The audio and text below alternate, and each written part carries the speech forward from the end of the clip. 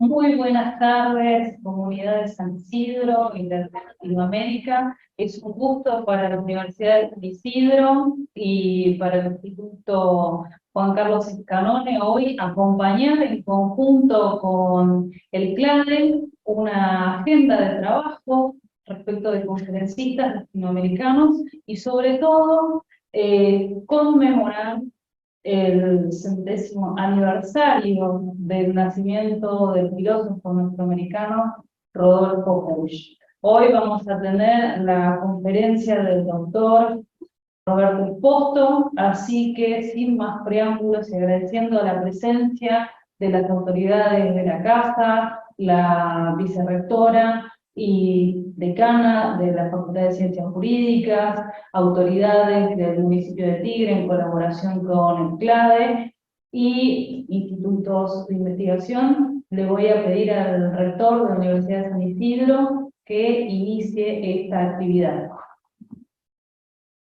Muchísimas gracias, querida Estefanía. Bienvenidos, señor director de Asuntos Estratégicos del municipio de Tigre, señoras autoridades, señora vicerrectora. Realmente, qué gusto encontrar y reencontrarse con el amigo que vive del otro lado del mundo, con el amigo que vive en Australia y con quien nos conocimos justamente en Maimará hace ya 5 años y ahí nació una muy linda amistad.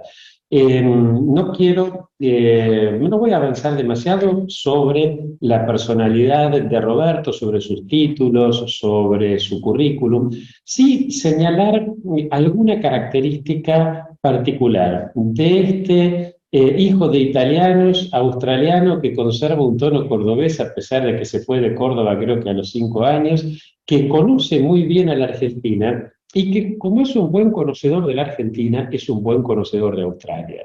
Una de las cosas que me llamó la atención de la obra y de la labor de Roberto es el uso que él ha hecho de los textos de Rodolfo Bush para entender e interpretar la realidad australiana, particularmente en lo tocante a los pueblos originarios de Australia.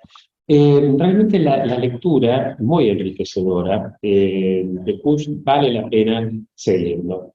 Hoy, además, nos va a trabajar un tema bien interesante por lo poco estudiado, que es el problema de cómo concibe Bush la historia, las historias.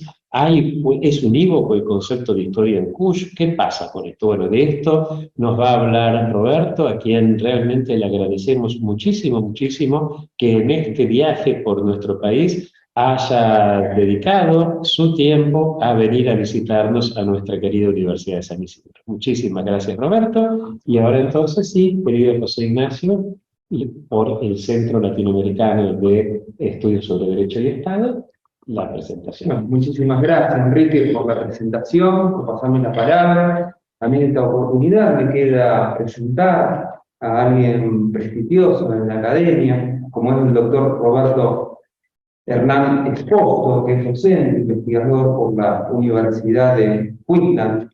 Es también investigador en la Cátedra de Español y Estudios Latinoamericanos, en la Escuela de Lenguas y Cultura de esa misma universidad. Obtuvo su doctorado en literatura hispanoamericana por la Trobe University en Melbourne. Dictó en la cátedra de español y estudió estudios hispanos en la Universidad de Walcota en Nueva Zelanda.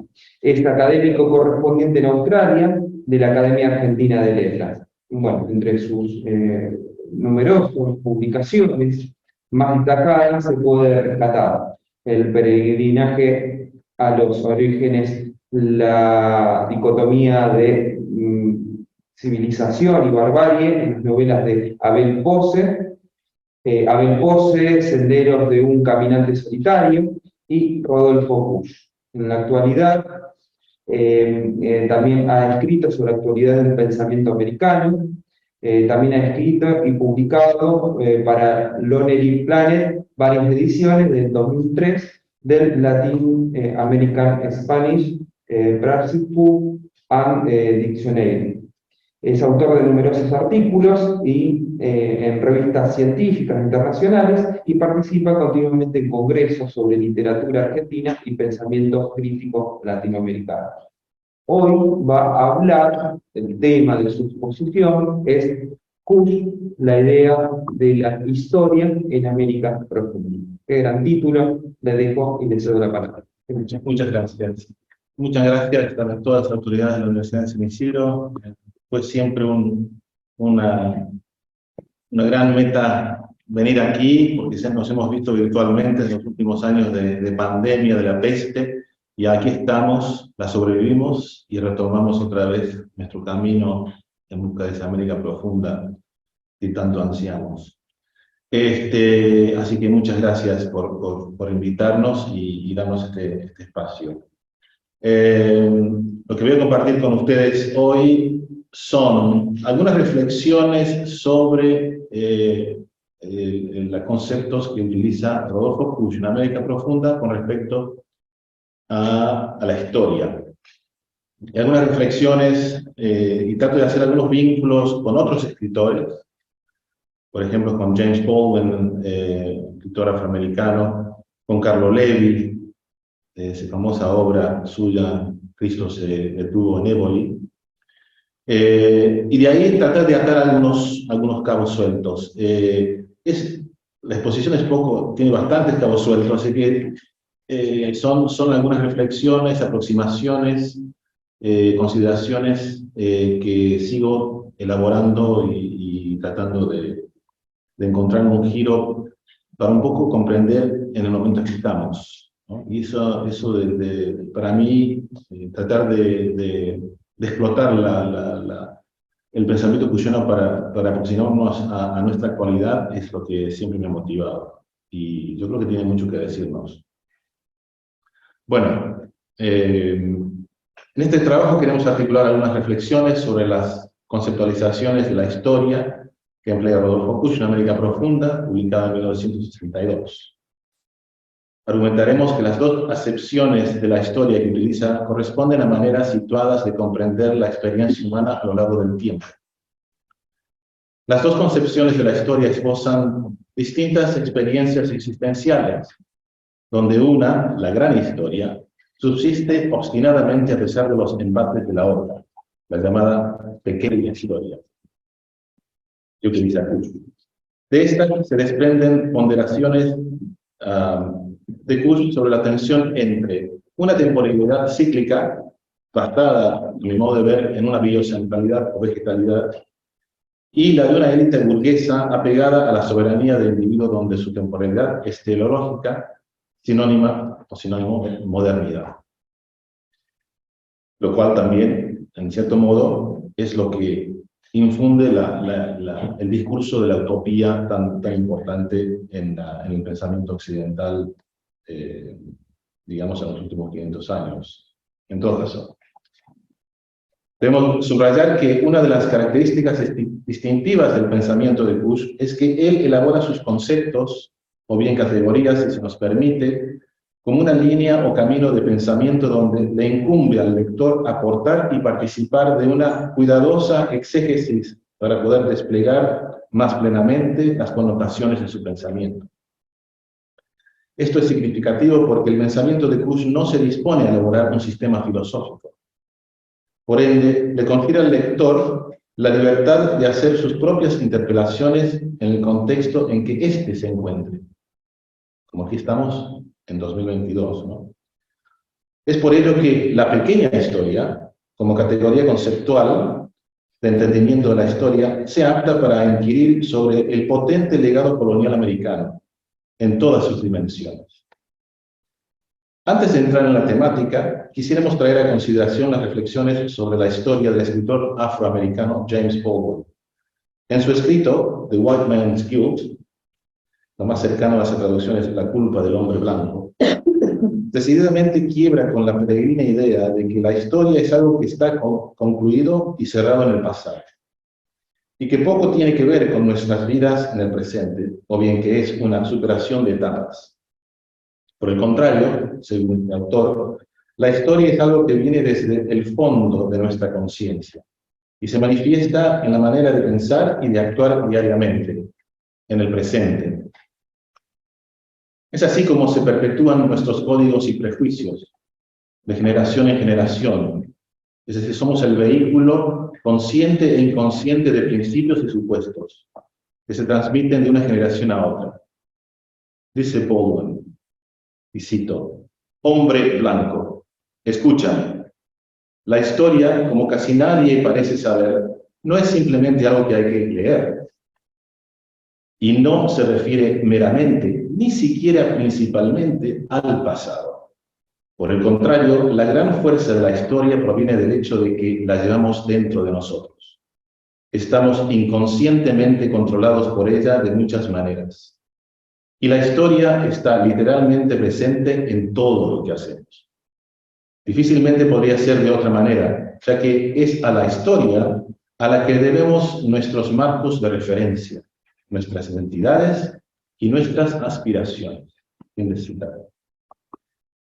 Estas consideraciones del autor norteamericano nos sirven como una entrada para abordar la historia según la concibe Kush, como algo que nos viene de lejos y que nos ha formado en la manera en que pensamos, actuamos e interactuamos con nosotros, y nos relacionamos con el mundo que nos rodea. Una fuerza que viene de lejos, que nos determina y de la que es muy difícil romper y liberarse.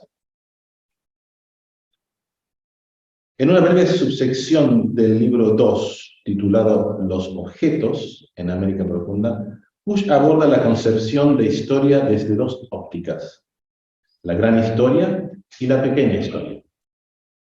Antes de darle acepciones a cada una de estas nociones de la historia, este pensador vincula la aparición de dicha conceptualización del conocimiento humano de la realidad al uso del utensilio.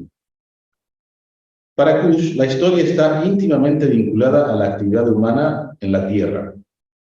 La historia es además una categoría epistemológica que no solamente penetra en un momento pretérito, sino que es la expresión cultural, social y hasta ética del hombre en un momento dado, y que se hace presente en nuestro aquí y ahora. Kush subraya, y cito, la historia es la andanza del hombre agazapado detrás del utensilio. Es un acontecer puramente humano, que nada tiene que ver con la naturaleza. Fin de cita. Es un conocimiento que cuenta el acontecer y la experiencia humana, de su andar por la vida. Según Kush, la historia aparece en el momento que el hombre emplea el utensilio como extensión de sus brazos y manos. Es decir, cuando el hombre ancestral se sirve de un instrumento o herramienta, sea para la caza o para labrar la parcela de tierra. Está emprendiendo así una actividad básica de subsistencia para su alimentación. Se pueden apreciar representaciones de esto desde el arte rupestre de Kimberley, que tiene casi 50.000 años, está de arte rupestre en Australia Occidental, a las cuevas de Altamira en el norte de España. Es a partir de este acto o actividad de supervivencia que tiene su manifestación la historia, dice Kush. Y cito, el hombre se siente amparado por un utensilio y éste se interpone entre el mundo y el hombre. Fin de cita. A partir de este punto, Kush enfatiza de que ese accionar se desprende, de que de ese accionar se desprende un hecho fundamental, quizás incambiable en la existencia humana, ya que, cito, ese estar agazapado detrás del utensilio data de mucho antes de escribirse la historia misma. Una piedra pulimentada tiene un jirón de verdad humana que la torna valiosa, aun cuando se carezca de detalles históricos al respecto. Esto corresponde a la manera que el hombre enfrenta su vulnerabilidad o su condición vulnerable ante el poder de la naturaleza. Es decir, lo que Kush destaca como el miedo ante la ira de la naturaleza o bien la ira de Dios. Por tanto, matiza una vez este autor, cito, el hombre supera con el utensilio su condición de mero animal. Fin de cita. Ahora bien, cuando el hombre y el utensilio se incorporan al patio de los objetos, y el objeto sustituye el vínculo del hombre con su como dice Kusch, prolongación de una piedra y el árbol, así es cuando los objetos, inclusive el utensilio, hacen del hombre una cosa. La historia se convierte en un sucedáneo, o bien, como dice Kusch, es el relato del hombre que está solo, sin Dios y sin mundo. En este sentido, la historia, en su sentido puro y ortodoxo, y esto entra en el ideal de todo historiador, apunta también al patio de los objetos, como si quisiera ver al hombre como un objeto entre otros, el más importante de todos creados por él. La historia, entendida así, nunca puede darse más allá del patio de los objetos. Por eso nosotros hacemos una historia encabezada en Buenos Aires y resulta muy engorroso hacerla desde Jujuy. Para Kusch, entonces, la historia se escribe para registrar la actividad humana y comienza a consolidarse en el momento en que el burgo se va transformando en ciudad, o aldea en ciudad. En la temprana modernidad, cuando el flujo poblacional se dirige a las ciudades, esto es en Europa, obviamente, ¿no? Y ya voy a decir por qué él enfoca en Europa en su análisis de la historia, en su concepto de la historia. La historia escrita durante este proceso la define Kusch como la historia pequeña, porque, cito, relata solo el acontecer puramente humano y es la de los que quieren ser alguien. Este tipo de historia registra y narra sucesos de acontecimientos considerados descollantes, conseguidos por heroicos hombres de acción y de intelecto. Es la historia de próceres, líderes políticos, revolucionarios, conquistadores, ilustres escritores y artistas, de científicos que ampliaron las fronteras del conocimiento para hacer posibles máquinas más poderosas. Es la memoria ejemplar de hombres que sellaron su fortuna y marcaron una época con el poder de sus acciones. Sirven estos hombres como ejemplo, para bien o para mal, de la capacidad humana de esculpir la realidad y ser autores de sus vidas. La historia pequeña es la apoteosis del individuo, pero no la de cualquier hombre, porque sea este africano, asiático o americano. La pequeña historia, debo subrayar, se refiere pura y exclusivamente a la superioridad del hombre blanco europeo. Esta es mi interpretación, no lo dice Kusch, esta es mi interpretación. Es justamente por esta razón que Kusch no enfoca o fija su definición de la historia pequeña en las ciudades de China, Asia Central u Oriente Medio, pues es la historia de la temprana modernidad europea la que va a esculpir la historia de América que llega a nuestros días. Kusch desliza una fecha muy definida para definir temporalmente el inicio de la llamada pequeña historia. 1500 es el año en que España y Europa comienzan su expansión más allá del Mediterráneo. Entran con decidida fuerza en el Atlántico con su ambición por conquistar las tierras y a los pueblos de América, África, Asia y Oceanía. A pesar de la inferioridad que el europeo le atribuye a los pueblos no europeos por no ser cristianos y no pertenecer a su civilización, no les impedirá a los imperios coloniales utilizar la mano de obra gratuita y esclavizada de sus posesiones coloniales para la acumulación de capital.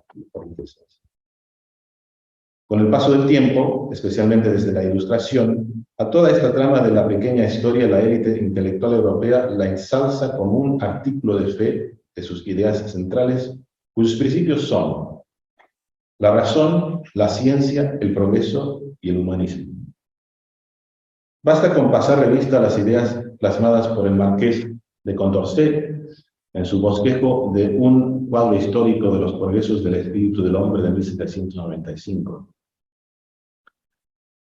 Condorcet es uno de los intelectuales de la Ilustración francesa que plantan la semilla de la idea del progreso humano y de la misión civilizadora europea. Cito, dice Condorcet, ¿se acercarán todas las naciones algún día al estado de civilización al que han llegado los pueblos más ilustrados, los más libres, los más liberados de prejuicios, los franceses, los angloamericanos? Esa distancia inmensa que separa a esos pueblos de la servidumbre de las Indias, de la barbarie de las poblaciones africanas, de la ignorancia de los salvajes, desaparecerán poco a poco. Fin de cita. De hecho, el filósofo alemán Reinhard Koselleck escribe, y cito, el surgimiento de una ciencia autónoma de la historia puede atribuirse a esa burguesía culta que, a la vez, se dotaba de una identidad propia al acuñar una autoconciencia histórica.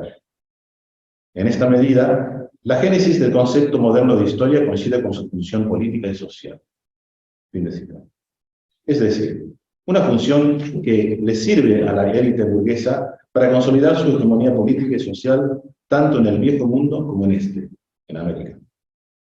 Este es el momento cuando la historia se convierte en un vehículo para afianzar la imposición y el éxito de la civilización y la cultura occidentales en el mundo, que hoy continúa. Sobre todo, el relato histórico que cuenta la intelectualidad burguesa debe legitimar a la propia burguesía como expresión de agente histórico de la humanidad, álgida expresión del humanismo en su afán por ser alguien o ser alguien. Es importante meditar sobre algunas preguntas que emergen como consecuencia de utilizar la categoría que emplea Kusch para definir lo que claramente es lo que hoy se llamaría con la categoría de historia universal, piedra angular epistémica de la historiografía positivista y liberal. Y me pregunto, ¿qué significado e implicaciones tiene clasificar a la historia de Occidente de pequeño? ¿Nos está tomando el pelo? ¿O esa es su intención? ¿Tiene una intencionalidad subversiva, revisionista y desacralizadora tal clasificación? ¿Cuáles son sus intenciones y cuáles son sus implicaciones rotular a dicha historia como pequeña? Obviamente, una de las consecuencias de emplear el adjetivo pequeño es el de achicar el egocentrismo eurocéntrico de erigir una lente situada, construir una lente situada en Europa occidental desde la cual definir, pensar, valorar y relatar el quehacer humano. Y de ahí trazar su desarrollo, imagen y semejanza del europeo ilustrado moderno. Una perspectiva única y unívoca, desde la cual clasificar no solo el pasado, sino el presente y el futuro. Es más, y de que toda actividad humana sea medida según sus criterios y patrones. Con esta categoría, Kusch cuestiona y polemiza los patrones eurocentrados que codifican el conocimiento de la experiencia humana. Diremos de los últimos 500 años, o 400 años, con esta actividad. Ahora bien, para abordar más en estas averiguaciones sobre la pequeña historia, debemos fijar nuestra atención en la gran historia. La segunda de las acepciones de la historia que emplea Kusch, como hemos dicho, es la gran historia. A nuestro modo de ver, esta concepción de la historia tiene sus raíces en la biocentralidad, en lugar del antropocentrismo de la pequeña historia. Aquí no hay sujeto de ser, es puro, mero estar vegetal. Además, mientras que la temporalidad de la pequeña historia obedece a la temporalidad lineal, teleológica, de superación de etapas, la gran historia, al contrario, contiene una temporalidad cíclica. Es decir, si la pequeña historia encierra una temporalidad teleológica, unidireccional, terminada, cuyo desenlace es la revelación de la utopía en la Tierra, llámese capitalismo liberal, socialismo democrático. Por otra parte, la temporalidad de la gran historia es de una organicidad cíclica sujetada al fundamento elemental de la vida, la del mero estar para el fruto. Dice Kusch, una manzana cae porque se reintegra al suelo, ha sido semilla, ha madurado y se ha desprendido del árbol, para reentregarse al suelo. Esta es una verdad, y quizá la primera. Es la gestación orgánica. Una idea, un sueldo, una casa, un libro, madura y muere igual que la manzana. Con esta excepción, Kush disminuye decididamente las hazañas de lo que han relatado. Cito, los historiadores europeos pues solo ven como historia lo ocurrido en un solo lector en los últimos 400 años europeos, o sea, todo aquello que favoreció la cultura dinámica y urbana. Fin de citar. Las consecuencias de emplear un concepto que empequeñece los logros del hombre moderno es grave, y obviamente intencionado en Kush. Reducir las titánicas hazañas del hombre moderno tiene el efecto de emascular sus conquistas, es decir, castra al comercio moderno. Va a contrapelo de toda idea liberal positivista, pero más aún del relato que da inicio al Renacimiento y la Ilustración europea. Minimiza el ego antropocéntrico, piedra angular de este último, de la antología del hombre moderno, cuyo uso de la razón y la ciencia es capaz de doblegar y aprovechar cualquier fuerza de la naturaleza. En lo político, la gran historia derriba o pone a tierra a la pequeña historia de instituciones tanto seculares como religiosas. Pues en última instancia son historias que cuentan hazañas de hombres por consolidar su exclusivo poder temporal.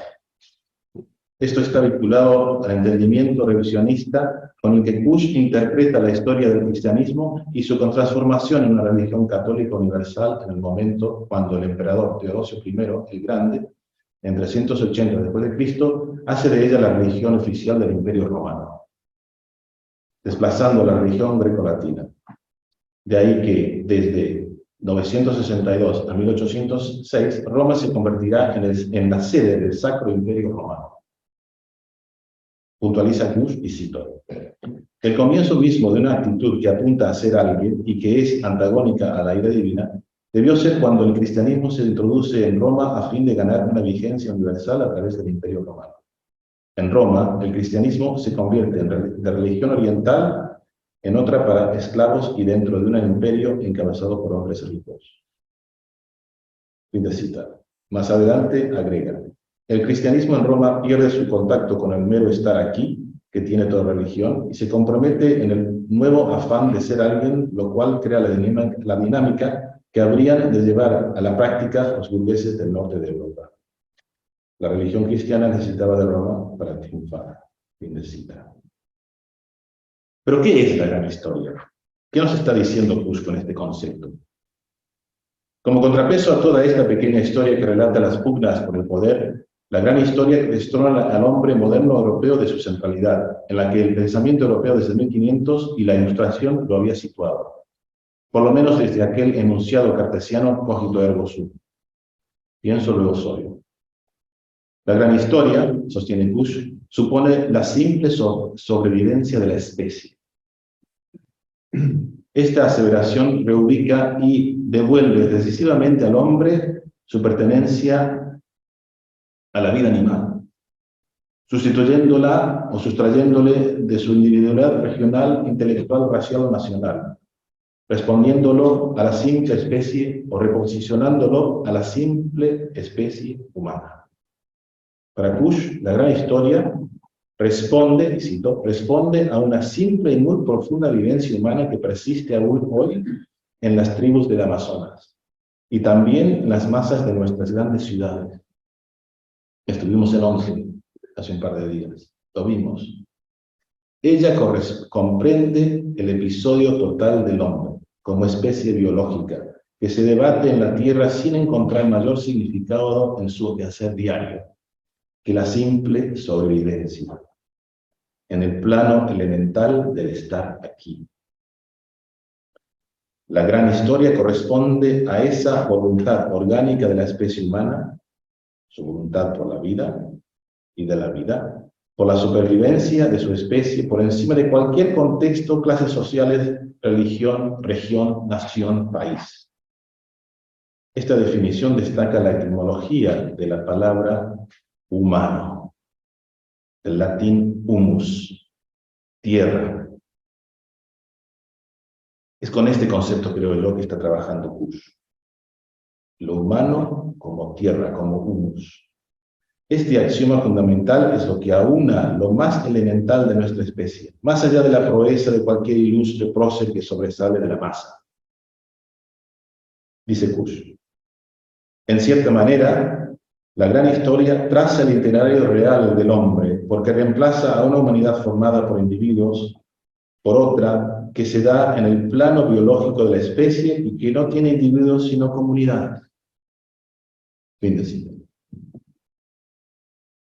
Para ahondar en esta idea, quisiéramos traer a consideración de otro contexto, pero que nos parece igualmente pertinente, tomadas de las reflexiones del intelectual italiano Carlo Levi en torno a la cultura campesina del sur de Italia. Sus incisivas observaciones nos pueden ayudar a desmenuzar un poco más esta idea de la gran historia y quizás situándola en otro contexto y en otro tiempo. Porque un poco esa Italia, esa Lucania que él define, que él describe y sobre la que él reflexiona en su obra Cristo se detuvo en Éboli, de 1945, ya no existe. Crónica que relata su largo confinamiento impuesto por las autoridades fascistas debido a sus actividades antifascistas en la ciudad de Torino. Levi pudo precisar en la profunda cultura campesina de la zona algo muy importante, que valía tanto para Italia como vale para nosotros aquí hoy. Y lo encapsula en una frase. Dice lo siguiente: el individuo no es una entidad cerrada, sino una relación, el lugar de todas las relaciones. Fuera de este concepto de relaciones, el individuo no existe.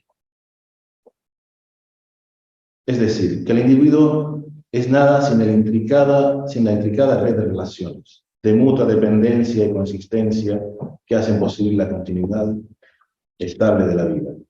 Y esto lo vimos en los últimos años. Este elemento fundamental sobrevive los embates de la pequeña historia, que en muchos casos son sinónimos, como sabemos muy bien, de guerras y de destrucción. Esto quiere decir, atando un poco los cabos, que el individuo sea el gran hombre de Estado o el gran general, como Kusch menciona a Napoleón en este caso. Estos grandes individuos son, en definitiva, no son nadie si no tienen el pueblo detrás de ellos, la gente. Y la masa aquí puede ser compuesta del proletariado o indio, como quiere llamarle a la masa. Entonces, la gran historia, matiza Kusch, y cito, supone en verdad muchas cosas, como ser comunidad, amor, religión, toda una serie de conceptos vitales. Y hasta aquí más o menos llegan mis reflexiones sobre estos conceptos, que sigo elaborando. Pero quiero atar más o menos, para darles a ustedes alguna síntesis de lo que hemos venido hablando y exponiendo, de que luego de haber problematizado estas dos concepciones de la historia que plantea Kusch, debemos hacer o intentar alguna síntesis en nuestro contexto, hoy, aquí y ahora, en nuestro presente. A nuestro modo de ver, creo que hemos llegado a una coyuntura donde la pequeña historia se ha estrellado ante la gran historia. Con esto queremos decir que las concepciones desarrolladas y empleadas por Kusch nos pueden ser útiles para abordar nuestra situación en nuestro presente, es decir, el impacto que ha venido a tener en los últimos 500 años la actividad del hombre en la Tierra. La pequeña historia está teniendo un impacto en la supervivencia de su propia especie. Los trastornos que ha ocasionado la soberbia del afán de ser alguien en el mundo ha llevado a la especie humana a una singular condición que la puede llevar a su posible autodestrucción. Nada más. Gracias.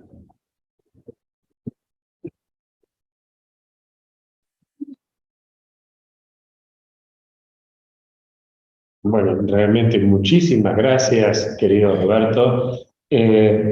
Por suerte veo que lo tenés bastante trabajado, el texto, como para pedírtelo para poliedro, cuando tengas, o para poliedro o para discernimiento, más vale. Para discernimiento. Tampoco más, ¿eh? Bueno, no, igual, ahora ya cierra el próximo número, así que te vamos a dar 6 meses para hacerlo, pero realmente es un texto para meditar y para conversar. Para discutir, o sea, que los geminianos tenemos ganas de discutir a veces, ¿no? Y de discutir con Kush a través de... Hay algunas cositas ahí por ahí que me hacen un poquito de ruido. Bueno, primero, coincido, por supuesto, con Levi y esta idea del hombre como ser relacional. De hecho, los católicos creemos que el ser humano es imagen y semejanza de un Dios que es trino. O sea, que si Dios es relación, y nosotros somos imagen y semejanza de esto, obviamente no tiene sentido pensar al hombre como si fuera una entidad separada del resto, ¿no? No, eso despiste, el mundo se divide en yo y no yo, o incluso Ortega, yo soy yo y mi circunstancia, ¿no? Yo soy mi circunstancia y además yo, digamos, ¿no? Hay una idea ahí de la relación por encima de la sustancia, que por ahí a Kush justamente en este aspecto no trabaja, porque en última instancia en Kush a veces da la sensación de que todo se funde en una mega sustancia. Y ahí va la crítica, donde más que haber un entramado de relaciones, hay partes de una mega sustancia. Y en este sentido, a mí me resuena un poco la crítica que hace Kush a la pequeña historia. Sé que no tiene nada que ver, lo hace así, pero resuena un poco a la crítica que René Guénon o Julius Evola van a hacer a la historia, a la pequeña historia occidental. Cuando ellos reivindican la gran tradición, ellos dicen, la tradición occidental, ¿a qué se remonta? Normalmente al siglo XII, siglo XIII, las cátedras, en todo caso hasta 2000 años, como mucho a Platón y Aristóteles. Nosotros estamos hablando de la gran tradición del Kali Yuga, que son miles de años que tarda el cosmos en dar la vuelta, ¿no? Y claro, tanto Ébola como Guénon desembocan en el fascismo. Es decir, ahí hay algo... Bueno, sí, hay algo del Kush que hay que problematizar a todo esto, porque depende de la línea que uno elija, vos podés elegir la línea, digamos, porque él sitúa 1500, obviamente, es cuando despega Europa, ¿no? con su imperialismo, la importancia y cómo él interpreta esto, ¿no? Y lo otro, claro, que él solamente dedica, son 3 páginas, ¿no? Entonces, ¿qué haces con esto? ¿Cómo lo seguís elaborando, no? Y ahí podés caer, claro, o sea, con los límites de las líneas que te va tirando, ¿no? O sea, y bueno, ahí hay que ver. Yo le trato de dar un enfoque un poco sobre el pensamiento decolonial, ¿no? Cuando él fija esa fecha de 1500, obviamente está fijando desde América una crítica, ¿no? Decolonial, lo que hoy se llamaría decolonial, o postcolonial en el mundo anglo. Entonces, por ahí trato de entrar. Y claro, esto de situar al hombre ante esta otra gran historia que es, digamos, el cosmos. Y ahí tenéis que tener claro esas cuestiones que vos mencionás, ¿a dónde te lleva eso también?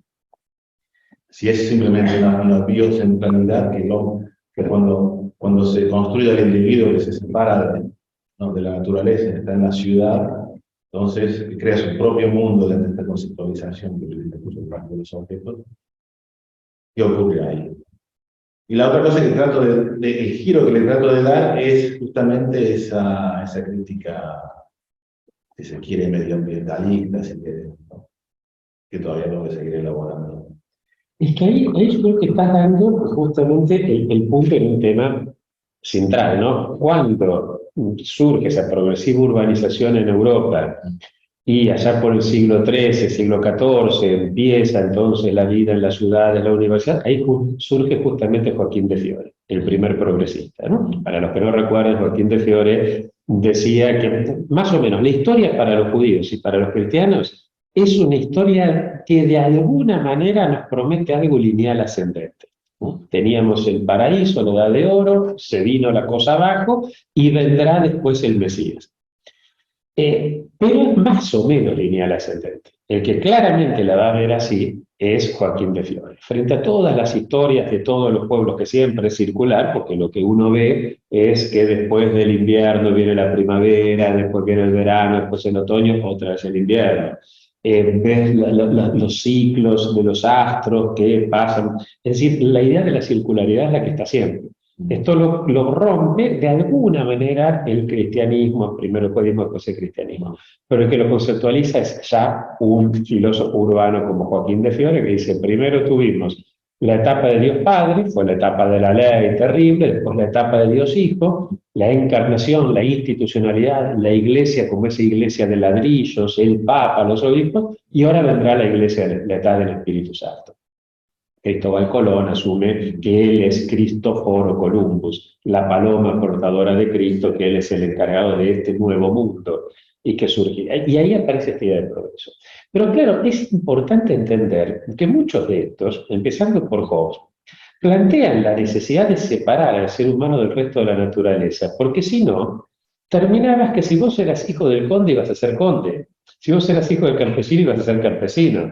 Entonces había que romper con esa idea de naturaleza. El gran problema es que ahí viene de la mano de esto el contrato social.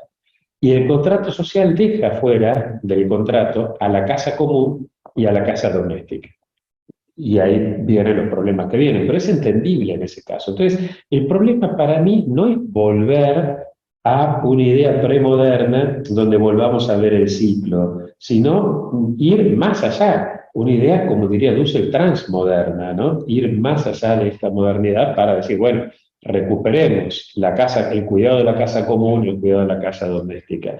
Y para cerrar, Esterman, estábamos hablando con David de Joseph Esterman, que señala el gran peligro de unir las dos concepciones históricas, que eso es a lo que lleva el neoliberalismo. Por un lado te dice, si me haces caso a mí, tenemos progreso indefinido, pero fuera de mí no hay salvación. O sea, es el ciclo, es más fácil pensar el fin del mundo que el fin del neoliberalismo. Pero al mismo tiempo, teóricamente, en la medida en que los estados no intervengan, el progreso va a ser indefinido, ¿no? Bueno, vos citabas a Condorcet, que justamente es el autor que va bueno, que desde Joaquín de Fiore, digamos, es mejor que lo lee, Turgot, Hegel, Comte, etc., ¿no? Pero se encuentra con esta lógica. Bueno, pero en definitiva da para muchísimo. Sí, ¿no? Qué buena el rescate que hiciste. Además, aún los que somos lectores de Push, esta lectura que vos hiciste a mí se me había pasado totalmente, ¿no? Es interesantísimo. Qué bueno, qué bueno. Yo también tengo una pregunta. ¿Este planteo de la gran historia impune podría tener alguna afinidad con una epistemología histórica de género, en el sentido político de incluir a la mujer como sujeto de la historia? En el sentido de los trabajos, por ejemplo, de Gerda Lerner, la autora norteamericana, donde el planteo que la historia occidental es una historización con una perspectiva estrictamente masculina. Ahora, si lo entendemos al hombre en relación, es un ser humano que está más vinculado a la naturaleza, y la naturaleza siempre estuvo asociada a la mujer por esta capacidad de parir a la propia humanidad. Bueno, él habla de pueblos, La comunidad, no va específicamente hacia... Porque son estas páginas, 3 páginas o 4, son casi como apuntes, se leen como apuntes que leen, no las elabora mucho. Y esa es parte del problema también. Y que yo sepa, no lo vuelve a retomar el tema en otros de sus libros. Por ejemplo, el pensamiento indígena popular, no. Lo que sí está en la base es esa. Quizás habría que volver a la seducción de la barbarie para ver si hay un vínculo, porque ahí menciona lo de la fatalidad, ¿no? Habría que volver a la seducción laboral para ver si hay un vínculo con esto. Quizás sale más de ahí. De la metáfora del Estado, Claro, de la interrelación. exacto. De los De que somos, o sea, viéndolo desde hoy, es como, para mí es como que, leyéndolo hoy, quizás lo que nos está diciendo, a mi modo de ver, es que nos olvidamos que somos también vegetales, que somos orgánicos.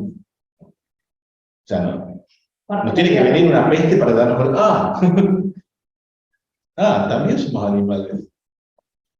Porque, o sea, y también donde vivo yo, o sea, donde vivimos nosotros, o sea, está todo muy bien organizado, no se ve la muerte, está todo muy estructurado, está todo muy controlado, ¿no?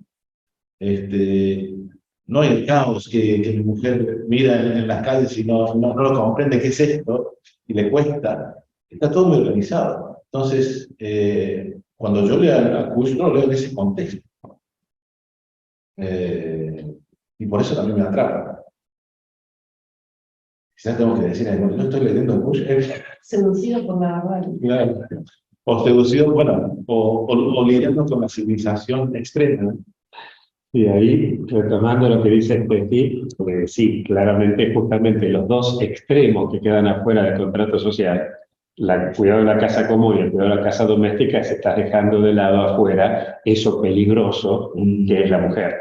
O hay que dominarla o hay que utilizarla como recurso. Eso claro, por eso es el pensamiento feminista el que va a tomar tanta fuerza en esto. Por ahí me acordaba de una frase atribuida a Jean-Louis Bastei, el gran filósofo de la Revolución Haitiana, que en 1810 él dice: me ha llegado comentarios de que en Alemania hay un señor, refiriéndose claramente a Hegel, que dice que ellos tienen historia y que nosotros solos tenemos naturaleza, porque ahí pasan cosas y acá no pasa nada. No sé si refutarlo intelectualmente con argumentos o asomarme a la ventana y lanzar la más sonora de mis carcajadas. Pues está viendo la Revolución Haitiana, si eso no pasa algo, te cambió el mundo ahí. Y en ese sentido, bueno, quizás justamente América Latina sea el lugar donde la historia se muestra como tal, porque en Hegel, en Aristóteles, en esto, la historia no es más que un desarrollo de algo que ya está metido en la semilla, es mucho más vegetal esa historia. La dialéctica es el desarrollo de algo que ya está inmucho contenido en algo. En cambio, anda a decirle a los amigos mapuches en Temuco que a partir de la evolución dialéctica de la cultura mapuche apareció Valdivia y ahora la infantería, cosas. O que Cortés fue consecuencia de la evolución dialéctica de México o Pizarro de Perú. Bueno, obviamente América Latina no tenía historia, claro, pero América Latina es una muestra de la novedad, de la historia como lo que irrumpe la novedad que es América en general, ¿no? Es la historia al revés. Uno podría decir que lo vegetal está en Europa, porque se cree que ya está todo contenido y que lo que viene es un desarrollo de lo contenido. Desarrollo, ¿no? No, son que hay que desarrollar todavía y rumiarlo.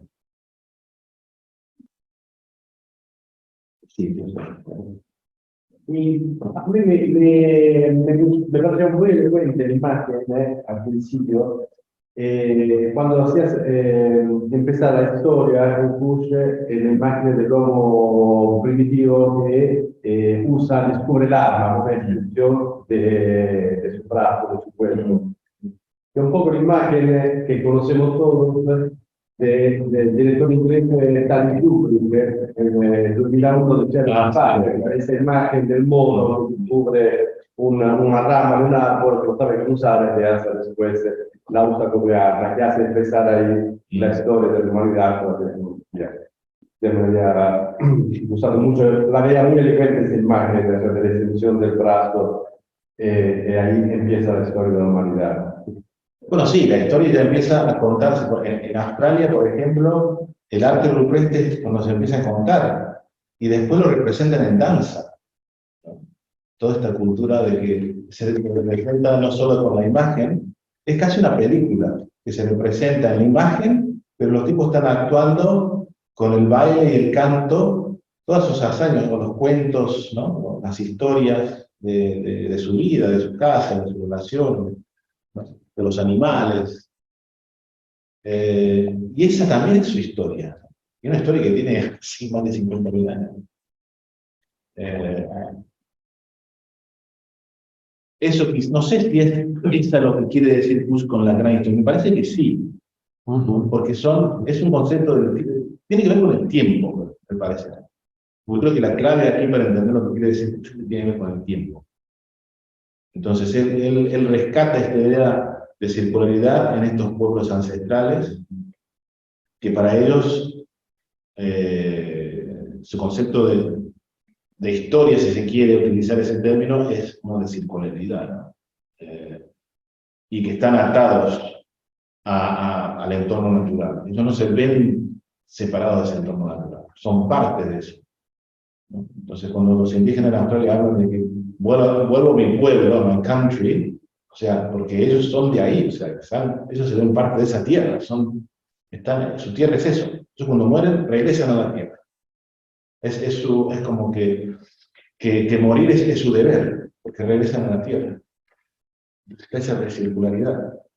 Si eso lo llamamos historia, no sé, a lo mejor no hay, quizás los antropólogos tienen una expresión para esa concepción de la historia, del tiempo. Y empecé con la cita de Baldwin porque me ayuda un poco desde la perspectiva de colonial, ¿no? Que para ellos, obviamente, no es superación de terror, porque siguen llevando encima el peso de su historia de esclavos, Estados Unidos o donde haya sido, también en Australia.